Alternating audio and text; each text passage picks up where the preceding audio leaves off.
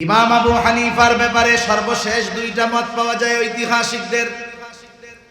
একটা মত হলো ইমাম আবু হানিফা যখন তার অবস্থার উপরে অটল, খাবারের সাথে বিষ প্রয়োগ করে ইমাম আবু হানিফাকে দুনিয়া থেকে চিরতরে বিদায় করে দেওয়া হলো।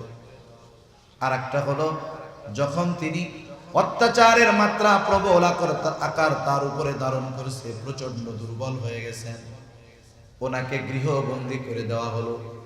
আমাদের বাংলাদেশেরও একজন বিখ্যাত আলেমকে গৃহবন্দী করে দেওয়া হয়েছিল, জানেন? ওই অবস্থাতেই জীবনের বহুকাল অতিবাহিত করেছেন এবং দুনিয়া থেকে বিদায় নিয়ে গেছেন। ইমাম আবু হানিফাকে গৃহবন্দী করে দেওয়া হলো। ওই অবস্থায় দুনিয়া থেকে তিনি বিদায় নিলেন। ওনাকে জিজ্ঞাসা করা হলো, হুজুর, যেই কারণে আপনার উপরে এত জুলুম অত্যাচার, সেই দায়িত্ব নেওয়ার যোগ্যতা আল্লাহ তাআলা আপনাকে দিয়েছিলেন। ওই জামানায় যদি প্রধান বিচারপতির দায়িত্ব গ্রহণ করার মতো যোগ্যতা সম্পন্ন একজন ব্যক্তি থাকতো, তিনি হতেন ইমাম আজম আবু হানিফা রাহমাতুল্লাহি আলাইহি। আপনি এই দায়িত্ব নিলে এই জুলুম অত্যাচারের শিকার আপনার হওয়া লাগতো না।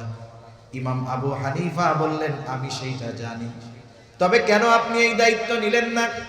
ইমাম আবু হানিফা বললেন, শোনো, আমি যেই দায়িত্ব গ্রহণ করি নাই, কিয়ামতের দিন আল্লাহ তাআলা ওই দায়িত্বের ব্যাপারে আমাকে জিজ্ঞাসা করবে না। কিন্তু আমি যদি প্রধান বিচারকের দায়িত্ব নিতাম, এই দায়িত্ব পালন করতে গিয়ে যদি কারো উপরে জুলুম হয়ে যাইতো, ত্রুটি বিচ্যুতি হয়ে যাইতো, এই দায়িত্বের খেয়ানতের কারণে কিয়ামতের দিন আল্লাহ তাআলার সামনে খেয়ানতের বোঝা নিয়ে আমাকে উপস্থিত হওয়া লাগতো। আবু দাউদের হাদিস, নবীজি সাল্লাল্লাহু আলাইহি ওয়াসাল্লাম বলেন, আমাদের কাউকে যখন কোনো দায়িত্ব দেওয়া হয়, রাষ্ট্রীয় সরকারি দায়িত্ব দেওয়া হয়, কেউ যদি ওই দায়িত্বের সুচ পরিমাণ খেয়ানত করে, সুচ পরিমাণ, নবীজি বলেন কিয়ামতের দিন ওই লোকটা খেয়ানতের বোঝা নিয়ে আল্লাহর সামনে উপস্থিত হবে। সেজন্য দায়িত্ব আমানত। যদি কোনো দায়িত্ব আমার আপনার উপরে চলেই আসে, তাহলে এই দায়িত্ব যথাযথভাবে পালন করতে হবে। এখন তো দায়িত্ব পাইলে কত আনন্দ করে, আগে দায়িত্ব পাইলে তার মধ্যে আরো পরিবর্তন হয়ে যায়। হযরত ওমর রাদিয়াল্লাহু তাআলা আনহুর ব্যাপারে যখন আবু বকর সিদ্দিক রাদিয়াল্লাহু তাআলা আনহুর থেকেই পাওয়া গেল যে আমার পরে ওমর রাদিয়াল্লাহু তাআলা আনহুকে খলিফা বানানো হবে, কতজন গিয়ে অভিযোগ করছে, উনি হইল কড়া মেজাজের মানুষ, আপনি নরম মেজাজের মানুষ, উনি কড়া মেজাজের মানুষ, এই কারণে কেউ ওনার কাছে সহজে ভিড়বে না। উনি বললেন, দায়িত্ব পাক ওই কঠোর মানুষটা, আসলে উনি তো কঠোর দ্বীনের ব্যাপারে, কিন্তু ওই মানুষটাই যখন দায়িত্ব পেয়েছেন, খেলাফতের দায়িত্ব তাকে দেওয়া হয়েছে, তার জীবনের কত পরিবর্তন হয়েছে এটা কম বেশি আমাদের সকলের জানা আছে, ঠিক কিনা বলেন? সেজন্য আমরা তো দায়িত্ব পাইলে অহংকারী হয়ে যাই। আমরা দায়িত্ব পেলে এই দায়িত্বকে নিজের স্বার্থে ব্যবহার করে অন্যের উপরে জুলুম চালাই, অথচ উচিত ছিল দায়িত্ব পাওয়ার পরে ভীত হওয়া, শঙ্কিত হওয়া, যে আমার উপরে কোটি কোটি মানুষের জিম্মাদারি, এতকাল আল্লাহর সামনে শুধু আমাকে আমার ব্যাপারে জবাবদিহিতা দেওয়া লাগতো, আজকে যখন আমি রাষ্ট্রের দায়িত্ব নিলাম, ওই রাষ্ট্রে যত মানুষ আছে সকলের ব্যাপারে আমাকে আল্লাহর সামনে জবাবদিহিতা করতে হবে, ঠিক কিনা বলেন? ভীত হওয়ার কথা ছিল, কিন্তু এখন মানুষ দায়িত্ব পাইলে আর অহংকারী হয়ে যায়, ফেরাউনের মতো অবস্থা। আল্লাহ সকলকে বুঝদার করুন। তাহলে দায়িত্ব আমানত, শরীয়তের সকল বিধিবিধান আমানত। আল্লাহ তাআলা কোরআনুল কারীমের মধ্যে বলেন, ইন্না আরাদনাল আমানাতা আলাস সামাওয়াতি ওয়াল আরদি ওয়াল জিবাল ফাআবাইনা আন ইয়াহমিলনাহা ওয়া আশফাকনা মিনহা ওয়া হামালাহাল ইনসান। আল্লাহ তাআলা বলেন, আমি এই আমানত আসমানের কাছে, জমিনের কাছে, পর্বতের কাছে পেশ করলাম। তারা প্রচন্ড ভীত সন্ত্রস্ত হয়ে গেল, এই আমানত তারা বহন করলো না। কি সেই আমানত? মুফাসসিরিন একরাম বলেন সেই আমানত হলো কোরআন, কেউ বলেন শরীয়তের বিধিবিধান, একই কথা। কোরআনুল কারীম হলো আমানত। এই জন্য বুজুর্গানে দিন উলামায়ে কেরাম বলেন আল্লাহ তাআলার যত আদেশ নিষেধ বিধানাবলী আছে সবগুলো আমানত। আদেশটাও আমানত, নিষেধটাও আমানত। যেই বিষয়ের আদেশ, যেমন নামাজ পড়ো, যাকাত দাও, এখন একজন নামাজ পড়ে নাই, সে যদি নামাজ না পড়ে, এক নম্বরে সে আল্লাহ তাআলার ওই আদেশ নামক আমানতের খেয়ানত করে। দুই নাম্বার, নামাজ না পড়ার কারণে যেই গুনাহ আছে সেই গুনাহ তার আমলনামায় যোগ হয়ে যায়। আমি আপনাদের খেদমতে পবিত্র কোরআনুল কারীমের একটা আয়াত ও রাসূলুল্লাহ সাল্লাল্লাহু আলাইহি ওয়াসাল্লামের অগণিত হাদিস থেকে একটা হাদিস পাঠ করেছি। আল্লাহ তাআলার কাছে তৌফিক চাই, অল্প সময়ে আল্লাহ তাআলা কিছু কথা বলার সুযোগ আমাকে দান করেন, যে কথাগুলো আমাদের সবার দুনিয়া এবং আখিরাতের জন্য কল্যাণকর হয়। সকলে বলি আমিন। ভাই কই আর কি চেয়ারটা আগাইতে হবে, তবে কষ্ট হয়ে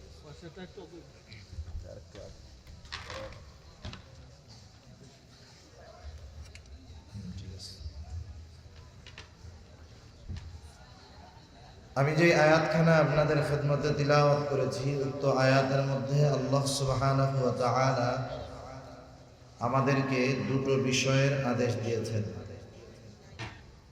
যদিও বিষয় দুইটা, এই দুই বিষয়ের ব্যাপারে ইমাম শাফেঈ রহমাতুল্লাহি আলাইহির একটা বক্তব্য আছে এই রকম: এই দুইটা গুণ যদি কোনো জাতি অর্জন করতে পারে তাহলে তারা সৌভাগ্যবান।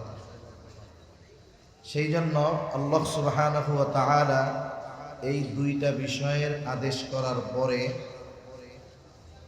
আল্লাহ তাআলা নিজেই এই দুই বিষয়ের ওয়াজকে সুন্দর ওয়াজ বলেছেন। তাহলে আমরা যেই দুইটা বিষয়ের আলোকে কিছু মুযাকারা করব, আলোচনা করব, এই দুই বিষয়কে সুন্দর বিষয়, সুন্দর ওয়াজ বলে অভিহিত করেছেন কে? আল্লাহ। আল্লাহ তাআলা কি নির্দেশ দিচ্ছেন? আল্লাহ তাআলা বলেন, ইন্নাল্লাহা ইয়া'মুরুকুম আন তু'আদ্দুল আমানাতি ইলা আহলিহা ওয়া ইযা হাকামতুম বাইনান নাসি আন তাহকুমু বিল আদল। আল্লাহ রাব্বুল আলামিন বলেন, ইন্নাল্লাহা ইয়া'মুরুকুম আন তু'আদ্দুল আমানাতি ইলা আহলিহা। নিশ্চয়ই আল্লাহ তাআলা তোমাদেরকে আদেশ দিচ্ছেন, নির্দেশ দিচ্ছেন যে তোমরা আমানত তার হকদারের কাছে পৌঁছায়া দাও। দুই নম্বর আল্লাহ তাআলা বলেন, ওয়া ইযা হাকামতুম বাইনান নাস আন তাহকুমু বিল আদল। তোমরা যখন মানুষের মধ্যে বিচার আচার করবা, ন্যায় বিচার করবা। এক নম্বর আমাদেরকে আমানতদার হওয়ার নির্দেশ দিয়েছেন আল্লাহ। দুই নম্বর ন্যায় বিচারের নির্দেশ দিয়েছেন আল্লাহ। যেই জাতির মধ্যে আমানতদারিতা এবং ন্যায় বিচার পাওয়া যায়, ওই জাতি বড় সৌভাগ্যবান জাতি। আপনারা একটু বুঝে থাকলে বলেন তো, আমাদের মধ্যে কি আমানতদারিতা পরিপূর্ণভাবে আছে? ন্যায় বিচার আছে? তাহলে আসলেও আমাদের নসিব বড় খারাপ। একটা মানুষের দ্বারা সমগ্র জাতিকে হয়তো পরিবর্তন করা সম্ভব হয় না, কিন্তু একটা মানুষ নিজেকে নিজে পরিবর্তন করতে পারে, এই যোগ্যতা আল্লাহ তাআলা প্রত্যেকটা মানুষকে দিয়েছে। নিজেকে নিজে পরিবর্তনের যোগ্যতা যার মধ্যে নাই, সেই লোকটা তো সুস্থ মানুষ হইতে পারে না। যেমন একটা পাগল, যে নিজের ভালো মন্দ বোঝে না, সে যত সুঠামদেহী হোক না কেন, সুস্থ হোক না কেন, ও যদি পাগল হয় আর নামাজ না পড়ে, ওর কোনো গুনাহ হবে? গুনাহ হবে না, পাপ হবে না। এজন্য আমরা কমপক্ষে নিজেদেরকে পরিবর্তনের নিয়তে কথাগুলো শুনবো ইনশাআল্লাহ। আল্লাহ রাব্বুল আলামিন এক নম্বরে বললেন, আমানতদার হও তথা আমানত তার হকদারের কাছে ফিরায়া দাও। এই আয়াতের শানে নুজুল যদি বর্ণনা করতে যাই লম্বা সময় চলে যাবে, কিন্তু মুফাসসিরিনে কেরাম বলেন, এখানে আমানত দ্বারা সব ধরনের আমানতি উদ্দেশ্য।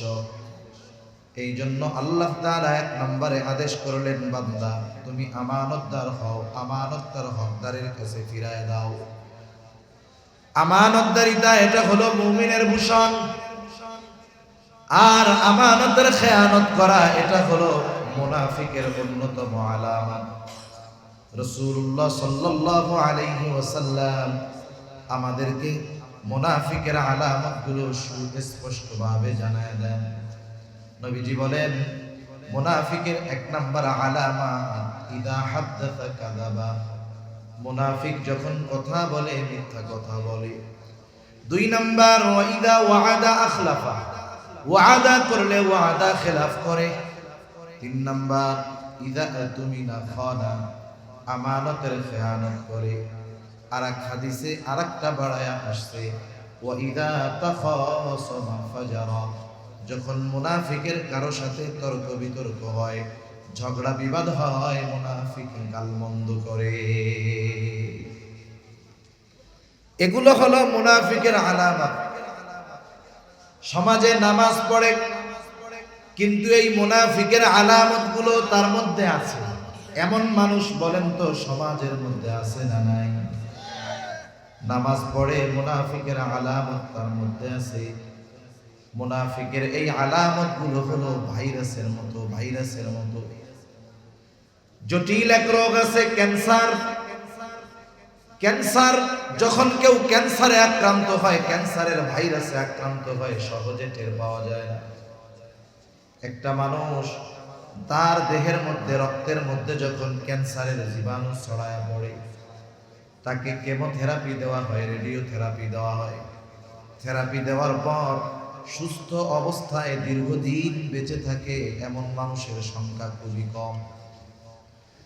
ক্যান্সারের জীবাণু যেমন মানুষের জীবন ধ্বংসের কারণ হয়, মুনাফিকের আলামতগুলো কারো মধ্যে যদি পরিপূর্ণভাবে বিস্তার লাভ করে ফেলে, তাহলে এই মুনাফিকের আলামতগুলো মুমিনের ঈমান ধ্বংসের কারণ হয়ে দাঁড়ায়।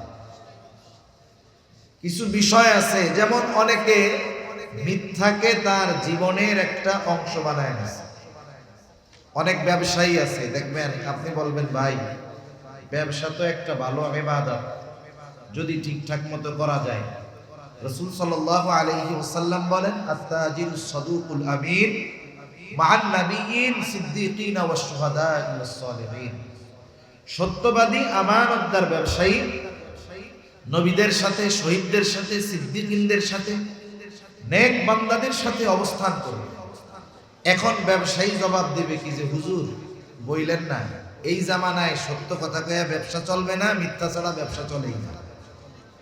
ও যদি মনে করে যে ব্যবসার জন্য তার মিথ্যা কম্পালসারি, জীবনের অংশ, এতে কোনো অসুবিধা নাই, তাহলে মিথ্যা বলা কবিরা গুনাহ, সেই কবিরা গুনাহটাকে সে কবিরা গুনাহ মনে করে না, এতে তার ঈমান নষ্ট হয়ে যাওয়ার আশঙ্কা আছে। ঠিক কিনা বলেন? মুনাফিকের আলামতগুলোও মানুষের ঈমান ধ্বংসের কারণ হয়ে যেতে পারে। এই জন্য আমাদের মধ্যে যদি মুনাফিকের কোনো আলামতের দেখা যায়, আমরা এগুলোকে বের করে ফেলব। তাহলে মুনাফিকের আলামতগুলোর মধ্যে অন্যতম এক আলামত হলো ইদা তুমিনা খানা, আমানতের খেয়ানত করা। আমানতদারিতা এমন এক আমল, কিছু আমল আছে যে আমলের সম্পর্ক শুধু আমলের সাথে, করলে সওয়াব, না করলে গুনাহ নাই। কিন্তু আমানতদারিতা এমন এক আমল যেই আমলের সম্পর্ক সরাসরি ঈমানের সাথে। এই জন্য নবীজি বলেন, লা ঈমানা লিমান লা আমানাতা লা। নবী বলেন, যার মধ্যে আমানতদারিতা নাই তার ঈমান নাই। তাহলে আমরা যারা মুমিন আছি, আমাদেরকে প্রকৃত আমানতদার হওয়ার দরকার আছে না নাই? বাস্তবতা হলো আমানতদারিতার ব্যাপারে আমাদের অনেকেরই স্বচ্ছ ধারণা নাই। আমানতদারিতার ব্যাপারে স্বচ্ছ ধারণা না থাকার কারণে অনেক সময় নিজের অজান্তে, অনিচ্ছায় আমরা খেয়ানত করে বসি, আমরা নিজেরাও টের পাই না। সেই জন্য আমানতদারিতা কোন কোন স্থানে হয়, কয়েকটা স্থান, কয়েকটা বিষয় আপনাদের সাথে একটু আলোচনা করব ইনশাআল্লাহ। এক নম্বরে আমানতদারিতা হয় লেনদেনের মধ্যে, আদান প্রদানের মধ্যে হয় আমানত। সাধারণত এই বিষয়টা কম বেশি আমাদের জানা আছে, এজন্য আমি এই বিষয়টাকে বেশি লম্বা করব না।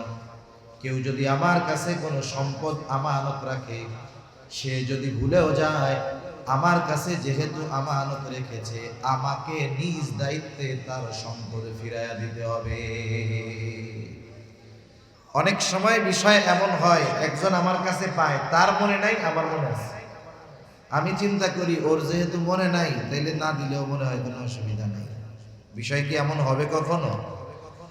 তার না জানা থাকুক, বরং আমার কাছে যদি কারো সম্পদ থাকে, সেটা আমানতের হোক, এমনিতেই তার হকের হোক, তার যদি মনেও না থাকে, আল্লাহ তাআলা আমাকে নির্দেশ দিচ্ছে যে আমাকে ওই মালিকের সম্পদ নিজ দায়িত্বে ফিরাইয়া দিতে হবে। সে ভুলে যায়। এজন্য আমার আপনার কাছে এই জাগতিক দুনিয়ায়, এই দুনিয়ায় কেউ যদি কোনো কিছু পাওনা থাকে, যিনি পাওনা তার যদি মনে নাও থাকে, আমি যদি জানি যে এইটা ওনার, আমি তাহলে তাকে ফিরাইয়া দিব। এটা যত দামি বস্তু হয় হোক না কেন, যত দামি সম্পদ হোক না কেন, ফিরাইয়া দিব। আমি যদি ওই জিনিসটা দুনিয়াতে খেয়ে ফেলি, দখল দেই, হয়তো দুনিয়ায় ওই লোকটার মনে থাকবে না, কিন্তু কিয়ামতের দিন ওর স্মরণ পড়ে যাবে যে আমি দুনিয়ায় অমুকের কাছে এই হক পাইতাম। আল্লাহ না করুন, কিয়ামতের দিন হয়তো ওই মানুষের ওই হকটা আমাকে আমার নেকি দিয়ে অথবা তার গোনা নিয়ে এই হকটা আমাকে আদায় করতে হবে। এজন্য আমি দুনিয়া থেকে যাওয়ার আগে এই চিন্তা করব যে আমার কাছে যেন কোনো মানুষের হক না থাকে। কারণ আল্লাহ তাআলার হক যদি শয়তানের ধোঁকায় নষ্ট করেও বসি, আশা করা যায় আল্লাহ তাআলা তো মহান গফুরুর রহিম, তিনি হয়তো মাফ করে দিবেন। কিন্তু দুনিয়াতে কেউ যদি আমার কাছে কোনো হক পায়, কিয়ামতের দিন ওই সামান্য হকের জন্য সে আমাকে ছেড়ে দিবে না। তাহলে এক নাম্বার আমানত হয়, আমানত লেনদেনের মধ্যে হয় আমানত। দুই নাম্বার কথাও কিন্তু আমানত হয়। রাসূলুল্লাহ সাল্লাল্লাহু আলাইহি ওয়াসাল্লাম বলেন, ইদা হাদাসার রাজুলু সুম্মা ইলতাফাতা ফাহিয়া আমানাতুন। নবীজি বলেন, যখন কোনো মানুষ কথা বলে আর এদিকে সেদিকে তাকায়, ফাহিয়া আমানাতুন, ওই কথাটা আমানত হয়ে যায়। কিছুই বলা লাগবে না, শুধু কথা বলে আর ডানে বামে তাকায় দেখে যে কেউ শোনে কিনা, কেউ দেখে কিনা। এখন যিনি কথাটা ডানে বামে তাকায় বলতেছেন, ওনার আমাকে বলা লাগবে না যে হুজুর এই কথাটা কিন্তু খুব গোপন কথা, আপনি কিন্তু কারো কাছে বললেন না, এটা তার বলা লাগবে না। তার ওই অঙ্গভঙ্গিমার দ্বারাই ওই কথাটা যে আমার কাছে আমানত, এটা বুঝে নিতে হবে আমাকে। কিন্তু আমাদের অবস্থা ব্যতিক্রম। কেউ যদি আমার আপনার কাছে বলে যে হুজুর এই কথা আপনারে বললাম, আপনি কিন্তু হুজুর আর কেউ কইেন না, হুজুর কাজ সারা, সে নিজের পায়ে নিজে কুড়াল মেরে গেল। ও যে বলছে হুজুর কেউ রে বললেন না, আমার আর একজনের কাছে না বলা পর্যন্ত আমার পেটের মধ্যে আর ভালো লাগে না, কথা হজম হয় না। সে আমার চোখে আড়াল হওয়ার আগে আমি আর একজনকে ডাক দিয়া বলি, শোনো ওই লোক আমার কাছে কি বলছে জানো? বলে হুজুর কেমনে জানবো? বলে আমাকে খুব বিশ্বাস করে, এই কথাগুলো বলছে, কারো কাছে বলতে মানা করছে, আমি শুধু তোমার কাছে বললাম, তুমি কিন্তু আর কাউরে বইলো না। ওই লোক চিন্তা করবে হুজুর যেহেতু একজনের কাছে বলছে, আমিও মনে হয় একজনের কাছে বলা যায় যাচ্ছে। কারণ এদেশের অনেক সাধারণ মানুষ এখনো উলামায়ে কেরামকে দলিল মনে করে। দেখবেন একজন একটা কাজ করতেছে যার সাথে শরীয়তের সাথে কোনো সম্পর্ক নাই, সে কাজটা করতেছে, আপনি তারা জিজ্ঞাসা করলেন, এই ভাই এই কাজ করো কেন, এটা তো ভালো কাজ না। বলে অমুক হুজুরে করছে, আমি করলে দোষ, তাই না? তার মানে দেখেন, উলামায়ে কেরাম যখন একটা কাজ করে, একটা কথা বলে, এখনো অনেক সাধারণ মানুষ ওই কাজ, ওই কথাকে দলিল মনে করে, বৈধ মনে করে। ও লোক মনে করবে যে হুজুর যেহেতু আমার কাছে বলছে, আমারও মনে হয় একজনের কাছে বললে অসুবিধা নেই। ও আর একজনকে বলবে, শোনো হুজুর আমাকে এই কথা বলছে, কারো কাছে বলতে মানা করেছে, আমি শুধু তোমার কাছে বললাম, তুমি আর কাউরে বইলো না। এইরকম করতে করতে সকালের কথা দুপুর পর্যন্ত পৌঁছায় যায় 100 জনের কাছে। যে যাকে বলে শুধু বলে আমি তোমারে বললাম, তুমি কিন্তু কাউরে কইও না। বলেন তো, এই কথা যখন 100 জনের কাছে পৌঁছায় গেল, আমি তো বলছিলাম একজনের কাছে, কিন্তু কথা পৌঁছায় গেল 100 জনের কাছে, খেয়ানত কি একটা আছে নাকি 100টা হয়ে গেছে? কিছু কিছু সময় আছে পাপ না কইরাও পাপী হতে হয়, কিছু কিছু সময় আছে পাপের মধ্যে থাকার পরেও সে পাপাচারী বলে গণ্য হয় না। মনে করেন এক এলাকায় একটা পাপ হবে, গুনার কাজ হবে, ওই এলাকার যিনি প্রধান উনি আছেন সৌদি আরবে ওমরায়। যুবকরা মনে করেন একটা গানের আয়োজন করবে, কথার কথা বোঝানোর জন্য বলতেছে, প্রভাবশালী লোকের সমর্থন দরকার। যুবকেরা ফোন দিছে, ভাই আমরা তো অমুক তারিখে একটা গানের অনুষ্ঠান করতে চাই, আপনি কি বলেন? উনি আছে একেবারে হারামের কাছে, মসজিদে নববীর পাশে। ফোনে বলতেছে আচ্ছা করো, আমি 10,000 দিব। টাকা দিল না, অথবা বলল আচ্ছা ঠিক আছে কাজটা করো। অনুষ্ঠানটা হইল বাংলাদেশে, উনি আছেন সৌদি আরবে। উনি গান শুনেও নাই, ময়দানেও উপস্থিত হয় নাই, কিন্তু এই গান শুনে গানের আয়োজন করে ওরা যেমন পাপী হবে, ওই লোকটা শুধুমাত্র সমর্থন দেওয়ার কারণে সমান অপরাধী হয়ে যায়। অথচ সে পাপের সাথে জড়ায় নাই, শুধু সমর্থন দিচ্ছে। আবার মনে করেন যারা গানের আয়োজন করবে প্রভাবশালী, আমার মতো কুটি হুজুর তাদেরকে বাধা দিয়া থামাইতে পারবে না।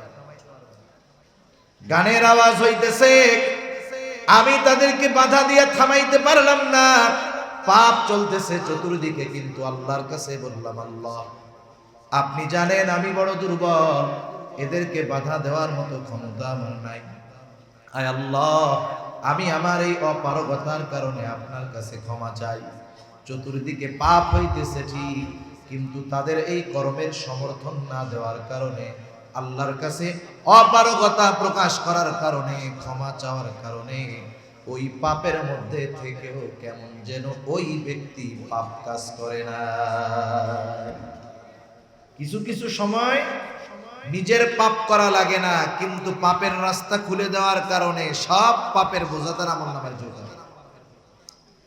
এই যে 100 খেয়ানত হলো, সকলের খেয়ানতের সমপরিমাণ গুনাহ প্রথম যে শুরু করেছে তার আমলনামায় যোগ হয়ে যাবে। এই জন্য পয়গম্বর আরবি জানায় দেন, দুনিয়াতে যখন কেউ কোনো ভালো কাজের সূচনা করে, ওই ভালো কাজ দুনিয়ায় যতদিন চলে, যতজন করবে, ওই প্রথম যে সূচনা করেছে সকলের ভালো কাজের সওয়াব তার আমলনামায় যিনি যোগ করে দিবেন তিনি কে? আবার কারো দ্বারা যখন কোনো মন্দ কাজের সূচনা হয়, ওই মন্দ কাজ দুনিয়ায় যতদিন চলে, যতজন করে, সকলের মন্দ কাজের থেকে গোনা ওই প্রথম যে শুরু করেছে তারা আমলনামায় যোগ হয়। নবীজি জানায় দেন, দুনিয়াতে যত অবৈধ হত্যাকাণ্ড হয়, সকল হত্যাকাণ্ডের গোনা ওই আদম আলাইহিস সালামের প্রথম সন্তান যে দুনিয়াতে সর্বপ্রথম অন্যায়ভাবে হত্যাকাণ্ড সংগঠিত করেছিল, তার আমলনামায় সকল হত্যাকাণ্ডের গোনা যোগ হয়ে যায়।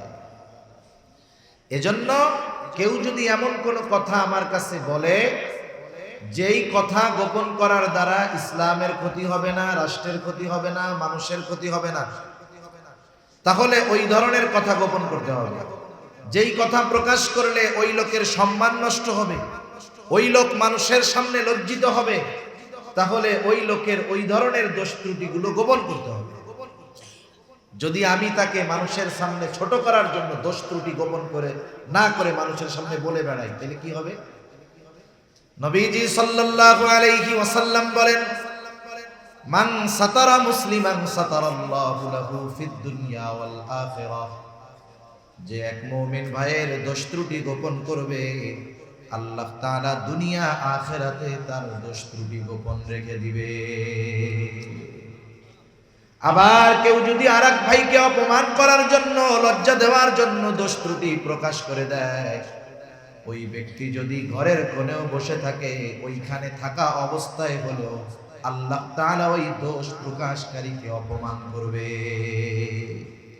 এজন্য অনেক সময় অনেক মানুষ আমার আপনার কাছে তার ব্যক্তিগত লাইফের, ব্যক্তিগত জীবনের অনেক কথা শেয়ার করে, পারিবারিক জীবনের অনেক কথা আমার আপনার কাছে হয়তো বলে।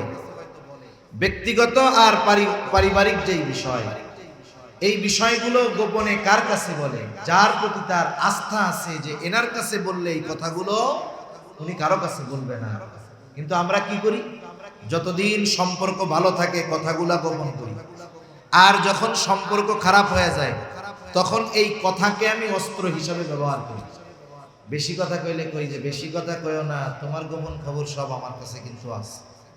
মানুষের সামনে বইলা দিলে কিন্তু মুখ দেখাইতে পারবা না, এরকম বলে কি বলে না? অথচ আমরা তো এমন এক নবীর উম্মত, যেই নবী শত্রুর আমানত এই ব্যাপারেও সর্বোচ্চ সচেষ্ট ছিলেন। রাসূল আকরাম সাল্লাল্লাহু আলাইহি ওয়াসাল্লাম যখন মক্কা থেকে মদিনায় হিজরত করবে, আল্লাহ তাআলার পক্ষ থেকে নির্দেশ আসছে, পয়গম্বর অচিরেই আপনার হিজরত হবে ইয়াসরিব মদিনায়। কিন্তু কোন দিন হবে, কোন সময় হবে এখনো আল্লাহ তাআলা জানান নাই। এই দিক দিয়ে কাফেররা চক্রান্ত করতেছে, মুহাম্মদকে দুনিয়ায় রাখা যাবে না, দুনিয়া থেকে চিরতরে বিদায় করে দিতে হবে। পরামর্শ হলো প্রত্যেক গোত্র থেকে এক একজন যুবক এই হত্যাকাণ্ডে অংশগ্রহণ করবে। যেই রাত্রে তারা এই ঘটনা ঘটানোর সিদ্ধান্ত নিল, ওই দিন আল্লাহ তাআলা জানায় দিলেন, পয়গম্বর আজ রাতটাই হলো আপনার হিজরতের রাত। নবীজি তার ঘরের মধ্যে, কাফেররা চতুর্দিকে সশস্ত্র অবস্থায় ঘিরে ধরছে, একত্রে নবীজির উপরে আক্রমণ করবে। নবীজি ঘরের মধ্যে, সাথে হযরত আলী রাদিয়াল্লাহু তাআলা আনহুকে নিজের বিছানায় শুয়াইয়া রাসূলুল্লাহ সাল্লাল্লাহু আলাইহি ওয়াসাল্লাম হিজরতের উদ্দেশ্যে ঘর থেকে বাইর হইলেন। আল্লাহ তাআলা কাফেরদের চোখের সামনে পর্দা ফালায়া দিল। চিন্তা করেন, নবীজির ঘরের চতুর্দিকে শত্রুরা সশস্ত্র অবস্থায়, আল্লাহ তাআলা নবীজিকে জানায় দিয়েছেন। ওই কঠিন চিন্তার মুহূর্তেও আমার আপনার নবী হযরত আলী রাদিয়াল্লাহু তাআলা আনহুকে ঘরে রেখে যাওয়ার কারণ হলো, মক্কার মানুষেরা যদিও নবীজির বিরোধিতা করত, কিন্তু নবীজির আমানতদারিতায় তারা এতটা আশ্বস্ত ছিল যে নবীজির শত্রু পর্যন্ত নির্দ্বিধায় নবীজির কাছে তার দামি জিনিসটা আমানত রাখত। একজন ইংরেজ ঐতিহাসিক নবীজির সিরাত লিখছেন, জীবনী লিখছেন। উনি নবীজির এই আমানতদারিতার ব্যাপারে লিখতে গিয়ে লিখছেন ওনার ভাষায় যে মুহাম্মদ এমন একজন মহামানব, তার বিশ্বস্ততা, আমানতদারিতা এত উঁচু পর্যায়ের ছিল যে যেই লোকটা তাকে কষ্ট দিত, তার শত্রু তাকে কষ্ট দিত, ওই লোকটাও একেবারে নির্দ্বিধায় নিশ্চিন্ত মনে তার দামি বস্তুটাকে মুহাম্মদ সাল্লাল্লাহু আলাইহি ওয়াসাল্লামের কাছে আমানত রাখত। এমনকি তার দুশমনেরা নিজেদের কাছে নিজেদের সম্পদ যতটা নিরাপদ মনে করত, তার চাইতে বেশি নিরাপদ মুহাম্মদুর রাসূলুল্লাহ সাল্লাল্লাহু আলাইহি ওয়াসাল্লামের কাছে রাখাটাকে মনে করত। সুবহানাল্লাহ। যেই নবী শত্রুর আমানতের বস্তুও ফিরায়া দেওয়ার ব্যবস্থা করে এরপরে হিজরতের সফর শুরু করেছেন, আমরা তো সেই নবীর উম্মত, আমাদের আমানতদারিতার অবস্থা কি আল্লাহই ভালো জানে। এই জন্য কথাও কিন্তু আমানত হয়। 3 নাম্বার, দায়িত্ব কিন্তু আমানত। দায়িত্ব আমানত। এখন তো এমন এক জামানা, মানুষ দায়িত্ব নেওয়ার জন্য প্রতিযোগিতা করে, আবার অনেকে টাকা দিয়ে দায়িত্ব কিনতে চায়। দায়িত্ব কেনা বেচা হয় না? হয়তো দায়িত্ব কেনা বেচা হয়। অনেক জায়গায় দেখবেন, অনেকে শুনি আর কি এরকম খবর যে চেয়ারম্যান ইলেকশন চলবে, নির্দিষ্ট একটা দলীয় মার্কা নেওয়ার তার আশা। এই মার্কা নেওয়ার আশায় সে 3 কোটি 4 কোটি টাকা ব্যয় করে চেয়ারম্যানই নমিনেশন পাওয়ার জন্য। এমপি ইলেকশন, চেয়ারম্যানই নমিনেশন পাওয়ার জন্য 3-4 কোটি টাকা ব্যয় করে। এরপরে সে নমিনেশন পেয়েছে, নমিনেশন পেয়ে সে যখন পোস্টার ছাপায়, পোস্টারের মধ্যে কি লেখা থাকে? অমক ব্যক্তিকে এই মার্কায় ভোট দিয়ে জনগণের সেবা করার সুযোগ করে দিন, এরকম লেখা থাকে না? আচ্ছা বলেন তো, জনগণের সেবা যদি সে করতে চাইতো, তার কি নির্বাচিত হওয়ার দরকার ছিল না? সে যে টাকার মালিক, এই 3 কোটি টাকা দিয়ে জনগণের সেবা করত, কিন্তু সে তো 3 কোটি দিয়ে নমিনেশন কিনে সেবা করতে চায়। তার মানে এই বেটা দায়িত্ব কিনতে চায়, আসলে মানুষের সেবা করতে চায় না। এখনকার জামানায় মানুষ দায়িত্ব কিনতে চায়, অথচ অতীতে এমন এক জামানা ছিল দায়িত্বের কথা শুনলে মানুষ এলাকা ছেড়ে পালায়া যাইত। আমাদের কলিজার টুকরা ইমাম আজম আবু হানিফা রহমাতুল্লাহি আলাইহি, ইমাম আবু হানিফা রহমাতুল্লাহি আলাইহিকে খলিফা মনসুর মানুষের সামনে ওপেনে প্রস্তাব দিয়েছে, ও ইমাম আজম, প্রধান বিচারপতির আসনটা শূন্য, প্রধান কাজী বিচারকের আসন শূন্য, আপনি প্রধান বিচারকের দায়িত্বটা গ্রহণ করেন। প্রস্তাব দিয়েছে খলিফা সকলের সামনে। ইমাম আবু হানিফা সাথে সাথেই এই দায়িত্ব নেওয়ার জন্য অপারগতা প্রকাশ করলেন। খলিফা এত বড় পদে সরাসরি নিয়োগ দিতে চাইছে, আর ইমাম আবু হানিফা এটাকে ফিরাইয়া দিয়েছে। খলিফার ইগোতে লাগছে। খলিফা এবার হাতের চাবুক দিয়ে ইমাম আবু হানিফার গায়ে একটা বাড়ি মেরে দিছে। খলিফা মনসুর যখন রাজপ্রাসাদে ফিরে গেল, খলিফা মনসুরের চাচা বলে, মনসুর, কাজটা তুমি ভালো করো নাই। ইমাম আবু হানিফার গায়ে চাবুক দিয়া বাড়ি মারছো, কাজটা ভালো করো নাই। মানুষ যখন রাগান্বিত থাকে, সে এমন সিদ্ধান্ত নিয়ে নেয় রাগান্বিত অবস্থায়, যেই সিদ্ধান্ত তার গোটা জীবনের আফসোসের কারণ হয়ে দাঁড়ায়। ওই সময় তো রাগ ছিল, রাগে বাড়ি মারছে, এখন তো রাগ নাই। আমাদের দেশে মাঝে মধ্যে দেখবেন বিবাহ বিচ্ছেদের ঘটনা ঘটে, এটার টাইম টুইম নাই, একেবারে একসাথে স্বামী তার স্ত্রীর 14 গোষ্ঠী ধরে মাইরা দেয়, তালাক। এরকম মারে না মাঝে মধ্যে? মারে। অবস্থাটা কি দেখেন, গ্রাম অঞ্চলে এই ধরনের সমস্যা অনেক। আমার মনে হয় বাংলাদেশে লক্ষ লক্ষ লক্ষ লক্ষ পরিবার আছে যে এরা স্বামী মনে হয় ওর স্ত্রীরে তালাক দিতে দিতে সেঞ্চুরি পূরণ করে ফেলছে, 200-500 বার দেওয়া হয়ে গেছে, এরপরেও ঘর সংসার করতেছে। এখন বলেন তো, এরা যে ঘর সংসার করতেছে, 1 নম্বরে তো জেনা করতেছে, আবার এই জেনারে বৈধ মনে করে করতেছে, আবার এদের মেলামেশার দ্বারা কিছু সন্তান সন্ততি হইতেছে, এগুলো সব ওলাদুজ জেনা হইতেছে। এরা আবার জেনাও করতেছে, আবার যদি বৈধ মনে করে কইরা থাকে, ঈমান আছে না নাই আল্লাহই ভালো জানে। তা এই যে বিবাহ বিচ্ছেদ যে হয়, তালাক যে হয়, এটা কিন্তু অনেক বড় বিষয় নিয়ে হয় তা না। অনেক সময় তুচ্ছ বিষয় নিয়ে স্বামী স্ত্রীর মধ্যে তর্কাতর্কি হয়, শয়তান ওইখানে এসে উভয়কেই উস্কায়া দেয়। এক সময় বেটা রাগের ঠেলায় যা তুই দিয়া দিলাম, শয়তানের এক মিশন, এক পাঠ, এক অধিবেশন শেষ, এবার চলে যায় শয়তান। আশেপাশের লোকজন তখন কি বলে, আরে চাচা কি কাম করলেন, দিয়া তো দিছেন একসাথে 3টা, এখন তো চাচি আর আপনার নাই, কি হবে? এই যে ছোট ছোট বাচ্চা, এদের কি হবে? শয়তানের এক মিশন শেষ, এবার আরেক মিশনে আসে শয়তান। একটু আগে একজনের উপরে আর একজনের রাগ বানাইছে, এখন মোহাব্বত ঢাইলা দেয়। এত মোহাব্বত অন্তরের মধ্যে আসে, মহিলা মনে করে ওনারে ছাড়া আমি আর বাঁচব না, বেটাও মনে করে 20 বছর ঘর করছি, এরা ছাড়া তো আমি বাঁচব না। এখন সমাধান কি? চলে আসছে মাদ্রাসায়, আয়েশা মুফতি সাহেবের কাছে বলে, হুজুর এই কাম করে ফেলছি।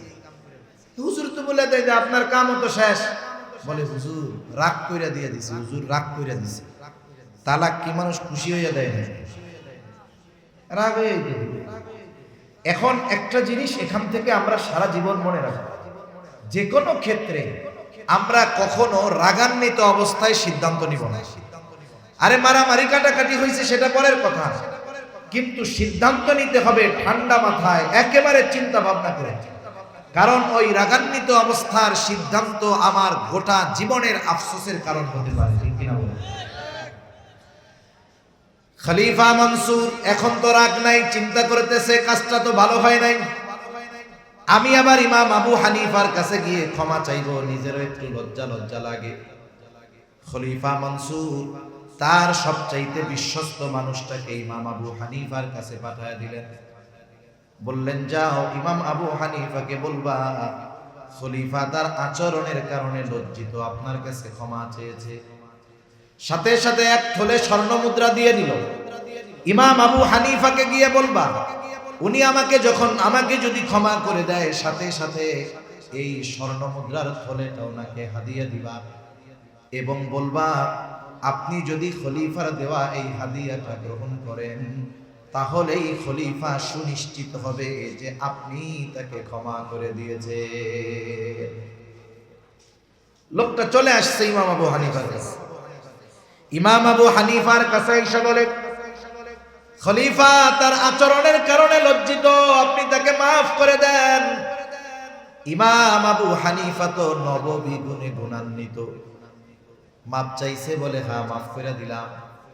এইবার লোকটা বলে, এই হাদিয়া খলিফা আপনার জন্য পাঠিয়েছে, আপনি যদি গ্রহণ করেন তাহলেই তিনি নিশ্চিত হবেন আপনি তাকে মাফ করে দিয়েছেন। ইমাম আবু হানিফা বলে, না হাদিয়া লাগবে না, আমি তাকে মাফ করে দিয়েছি। ওই লোকটা বারবার জোরাজুরি করতেছে, হাদিয়া নেন হাদিয়া নেন। ইমাম আবু হানিফা এক পর্যায়ে তাকে জিজ্ঞাসা করে, তোমার খলিফা আমার জন্য এত সম্পদ স্বর্ণ মুদ্রা হাদিয়া পাঠাইলো, এটা উনি পাইলেন কোথায়?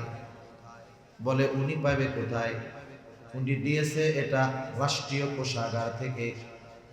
ইমাম আবু হানিফা তখন বললেন, শোনো, এটা গ্রহণ করার কোনো সুযোগ নাই। লোকটা আবারও বলতেছে, হুজুর নেন, আপনি রাখেন, আপনার জন্য ব্যয় করার দরকার নাই, এগুলো আপনি অন্যদেরকে সদকা করে দিয়েন। ইমাম আবু হানিফা এবার বলতেছে, শোনো, এটা রাখবার পর আমি নিজের জন্য ব্যয় করি নাকি অন্যকে সদকা করে দেই সেটা মূল বিষয় নয়, তোমার খলিফা জানবে ইমাম আবু হানিফা আমার দেওয়া হাদিয়াটা গ্রহণ করেছে।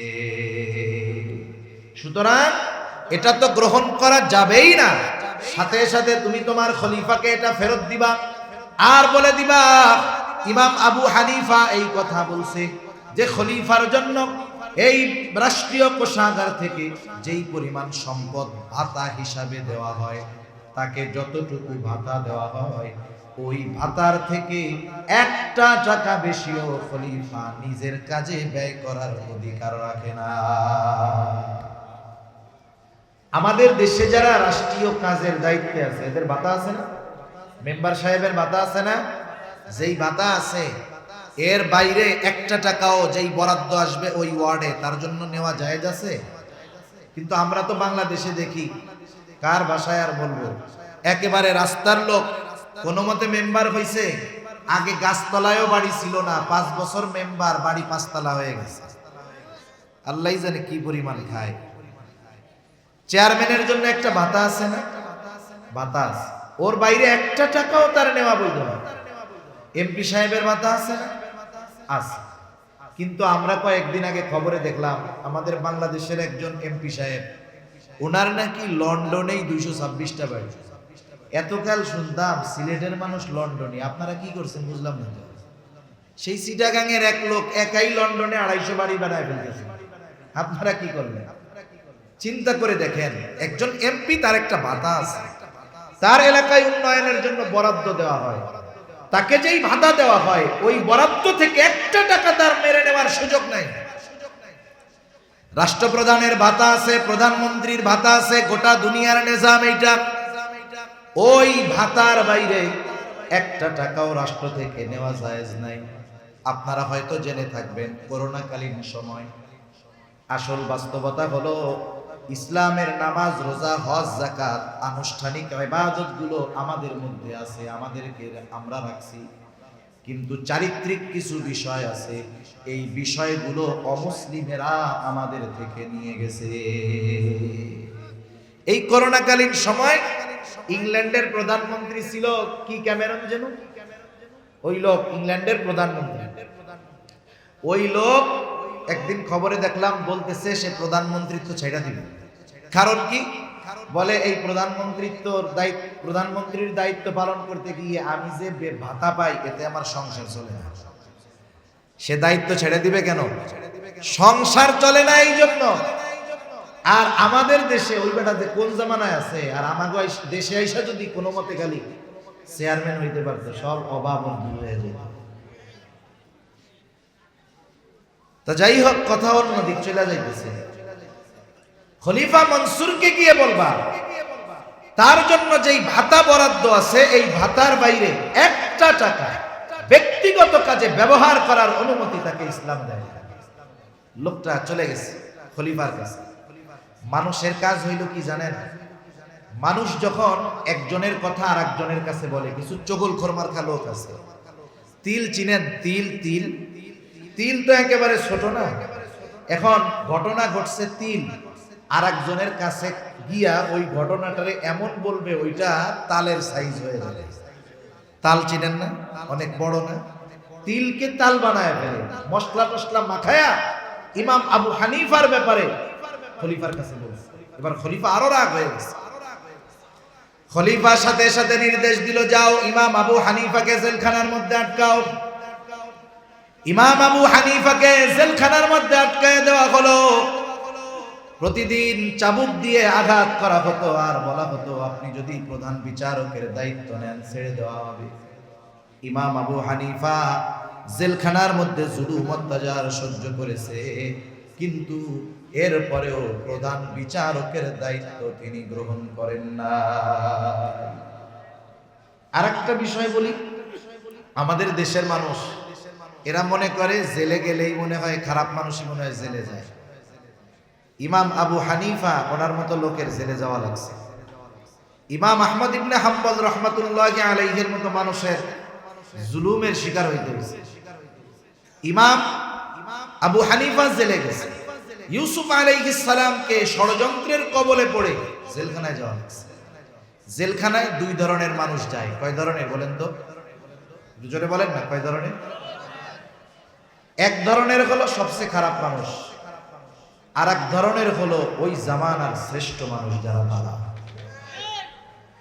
ওলামায়ে কেরাম যারা জেলে আছে চুরির কারণে যায় নাই, দুর্নীতির কারণে যায় নাই, শুধুমাত্র হকের কথা বলার কারণে, সঠিক কথা বলার কারণে, ইসলামের পক্ষে বলার কারণে জেলে যাওয়া লাগছে। ঠিক কিনা বলেন?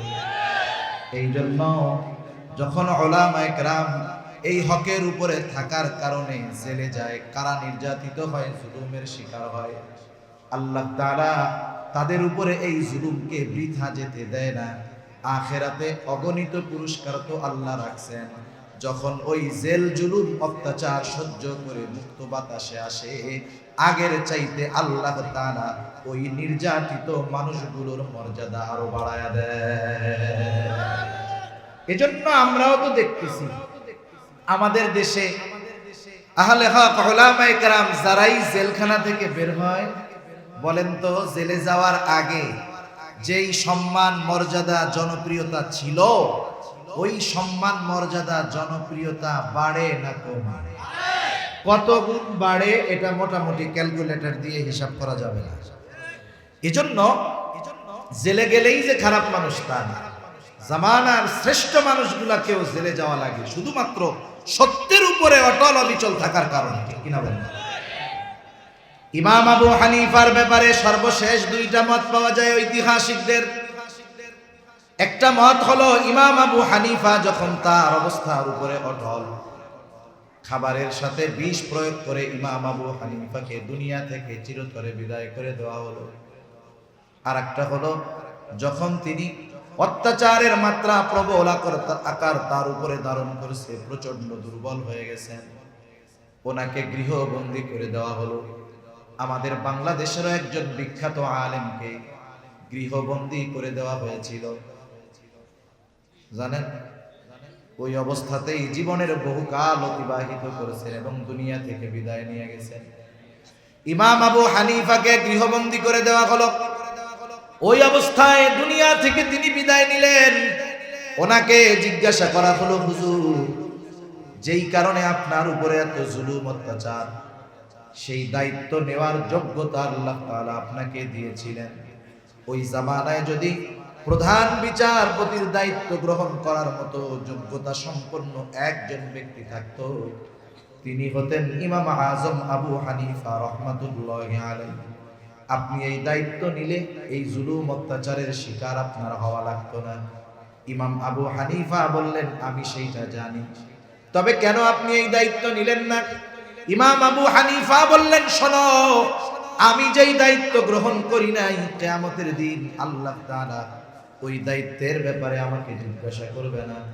কিন্তু আমি যদি প্রধান বিচারকের দায়িত্ব নিতাম, এই দায়িত্ব পালন করতে গিয়ে যদি কারো উপরে জুলুম হয়ে যাইতো, ত্রুটি বিচ্যুতি হয়ে যাইতো, এই দায়িত্বের খেয়ানতের কারণে কিয়ামতের দিন আল্লাহ তাআলার সামনে খেয়ানতের বোঝা নিয়ে আমাকে উপস্থিত হওয়া লাগতো।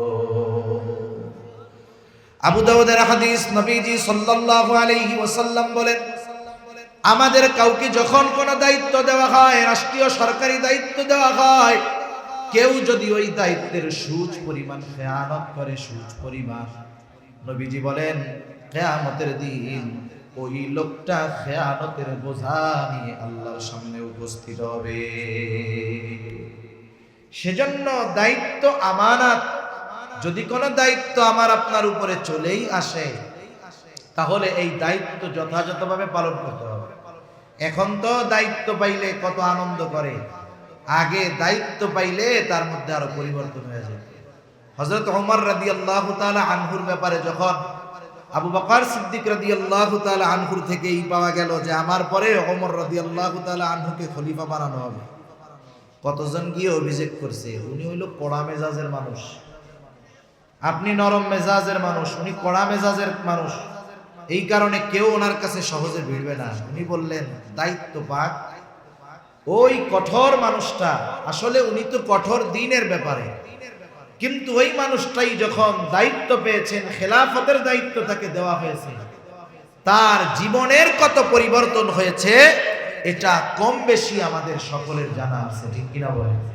সেজন্য আমরা তো দায়িত্ব পাইলে অহংকারী হয়ে যাই, আমরা দায়িত্ব পেলে এই দায়িত্বকে নিজের স্বার্থে ব্যবহার করে অন্যের উপরে জুলুম চালাই। অথচ উচিত ছিল দায়িত্ব পাওয়ার পরে ভীত হওয়া, শঙ্কিত হওয়া, যে আমার উপরে কোটি কোটি মানুষের জিম্মাদারি, এতকাল আল্লাহর সামনে শুধু আমাকে আমার ব্যাপারে জবাবদিহিতা দেওয়া লাগতো, আজকে যখন আমি রাষ্ট্রের দায়িত্ব নিলাম, ওই রাষ্ট্রে যত মানুষ আছে সকলের ব্যাপারে আমাকে আল্লাহর সামনে জবাবদিহিতা করতে হবে, ঠিক কিনা বলেন? ভীত হওয়ার কথা ছিল, কিন্তু এখন মানুষ দায়িত্ব পাইলে আরো অহংকারী হয়ে যায়, ফেরাউনের মতো অবস্থা। আল্লাহ সকলকে বুঝদার করুন। তাহলে দায়িত্ব আমানত, শরীয়তের সকল বিধিবিধান আমানত। আল্লাহ তাআলা কোরআনুল কারীমের মধ্যে বলেন, ইন্না আরাদনাল আমানাতা আলাস সামাওয়াতি ওয়াল আরদি ওয়াল জিবাল فأبين أن يحملنها وأشفقن منها وحملها الإنسان। আল্লাহ তাআলা বলেন, আমি এই আমানত আসমানের কাছে, জমিনের কাছে, পর্বতের কাছে পেশ করলাম। তারা প্রচন্ড ভীত সন্ত্রস্ত হয়ে গেল, এই আমানত তারা বহন করলো না। কি সেই আমানত? মুফাসসিরিনে কেরাম বলেন সেই আমানত হলো কোরআন, কেউ বলেন শরীয়তের বিধিবিধান, একই কথা। কোরআনুল কারীম হলো আমানত। এই জন্য বুজুর্গানে দিন উলামায়ে কেরাম বলেন, আল্লাহ তাআলার যত আদেশ নিষেধ বিধানাবলী আছে সবগুলো আমানত। আদেশটাও আমানত, নিষেধটাও আমানত। যেই বিষয়ের আদেশ, যেমন নামাজ পড়ো, যাকাত দাও, এখন একজন নামাজ পড়ে নাই, সে যদি নামাজ না পড়ে, এক নম্বরে সে আল্লাহ তাআলার ওই আদেশ নামক আমানতের খেয়ানত করে। দুই নাম্বার, নামাজ না পড়ার কারণে যেই গুনাহ আছে সেই গুনাহ তার আমলনামায় যোগ হয়ে যায়। নিষেধ আমানত। আল্লাহ বলছে হারাম খেও না, সুদ খেও না, ঘুষ খেও না। কেউ যদি সুদ ঘুষ খায় বা অন্যান্য নিষেধমূলক যেই কাজগুলো একটা করে, এক নাম্বার নিষেধ করেছে তুমি সুদ খাও না, এই নিষেধ অমান্য করে সুদ খাইলো, নিষেধটা ছিল আমানত, এক নম্বরে আমানতের খেয়ানত করলো। দুই নম্বর, সুদ খাইলে গুনাহ আছে না নাই? এই যে কেমন এক গুনাহ, আজীব এক গুনাহ।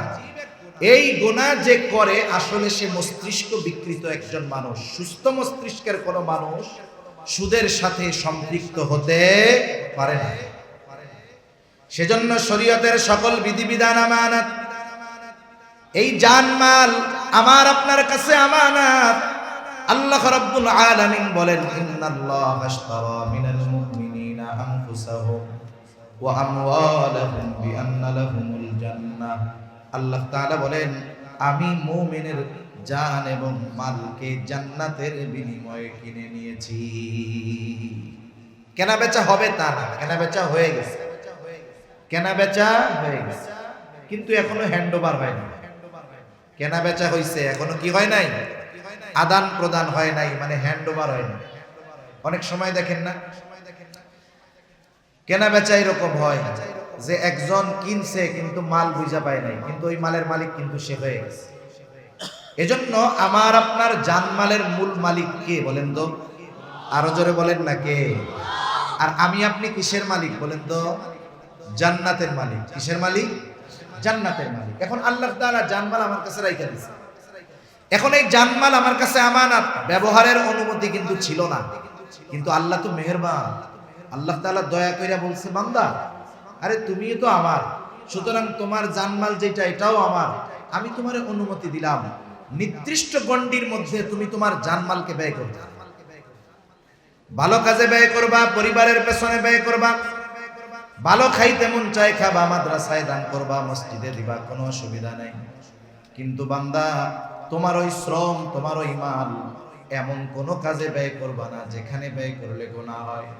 এই জন্য উলামায়ে কেরাম বুজুর্গানে দ্বীন বলেন, কেউ যদি তার টাকা পয়সা গুনার কাজে ব্যয় করে, এক নাম্বার আল্লাহ তাআলার আমানতের খেয়ানত করে, দুই নাম্বার যেই পাপের পেছনে ব্যয় করে সেই পাপটাও তার আমলনামায় যোগ হয়ে যায়।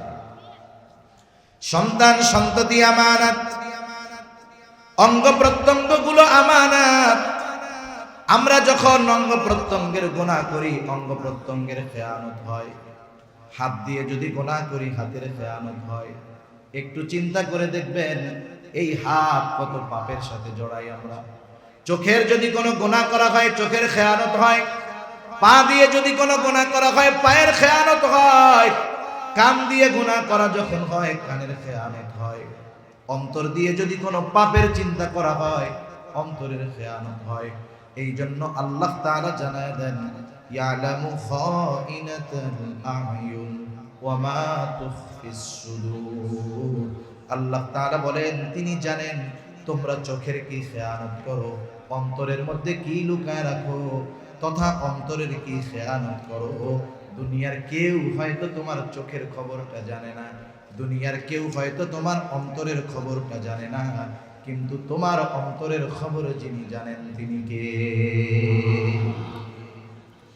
আমানতদারিতার বিষয়ে আর বেশি কিছুর দরকার নাই। এতটুকু যদি আমরা আমলে আনতে পারি, আমানতদার মুমিন হতে পারবো ইনশাআল্লাহ। তাহলে আল্লাহ রাব্বুল আলামিনের দুইটা নির্দেশ। এক নাম্বার, ইন্নাল্লাহা ইয়া'মুরুকুম আন তুআদ্দুল আমানাতি ইলা আহলিহা।